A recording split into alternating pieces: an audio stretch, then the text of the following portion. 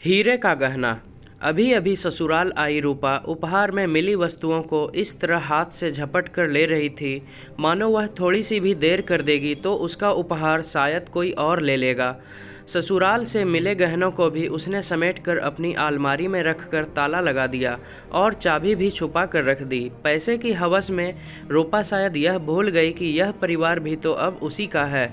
जितने भी दिन वह ससुराल में रही उसे अपने पति और परिवार वालों की अच्छी बात भी बुरी लगती रही।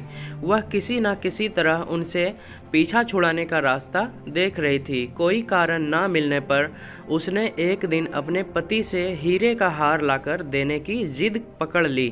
पति के लाख समझाने पर भी वह नहीं मानी। शादी के दौरान अत्यधिक व्यय हो जाने के कारण एक मध्यम वर्गीय पति हीरे का हार कहां से खरीद सकता है।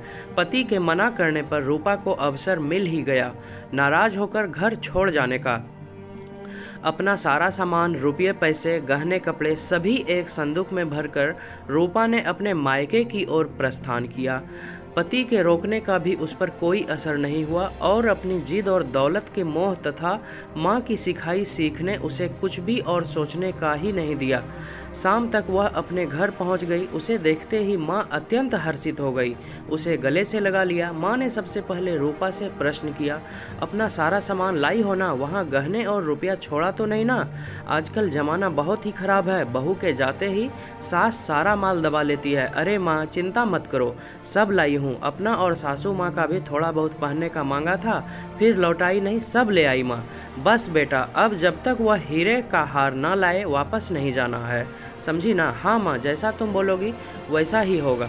अगले ही महीने तुम्हारे भाई की भी तो शादी है, सब तैयारियां करनी है। काम काज में मेरा हाथ बटाना। माँ ने कहा। हाँ माँ, काम तो हो जाएगा। भाभी के लिए गहने बनवा लिए क्या? अभी नहीं, तैयार है, ले लेंगे, 1-2 दिन का काम है, चिंता मत करो माँ। माँ ने कहा। रूपा ने अपने सारे गहने, रुपया, पैसा सब अपनी माँ को रखने के लिए दे दिया।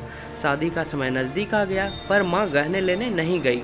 एक दिन रात को रूपा ने अपनी माँ को पापा से कहते हुए सुना, अजी तुम चिंता ना करो गहनों की, रूपा के गहने हैं ना, वह तो वापस आ गई है। क्या करेगी इतने गहनों का? वही गहने हम बहू को दे देंगे, आखिर हमारा एक ही बेटा तो है, सब कुछ घर में ही रहेगा, रूपा भी कभी कभी वही पहन लेगी। अब और पैसा रुपया कहाँ से लाएंगे गहनों के लिए?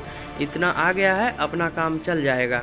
बेटे की शादी भी इज्जत से हो जाएगी और यदि दामाद 5-6 लाख का हीरे का हार ले आए तो बस फिर क्या, रूपा के पास भी गहना हो ही जाएगा। रूपा को अपने कानों पर यकीन नहीं हो रहा था, किंतु वह बिना सोचे समझे गलत कदम उठा चुकी थी।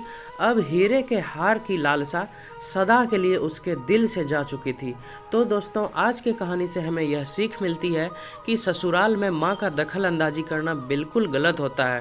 तो दोस्तों, आज का हमारा यह कहानी कैसा लगा हमें कमेंट करके ज़रूर बताइएगा और अगर अच्छा लगा तो लाइक कर दीजिएगा और हमारे इस चैनल को सब्सक्राइब कर दीजिएगा। थैंक यू दोस्तों, आज के लिए बस इतना ही। मिलते हैं किसी नेक्स्ट वीडियो।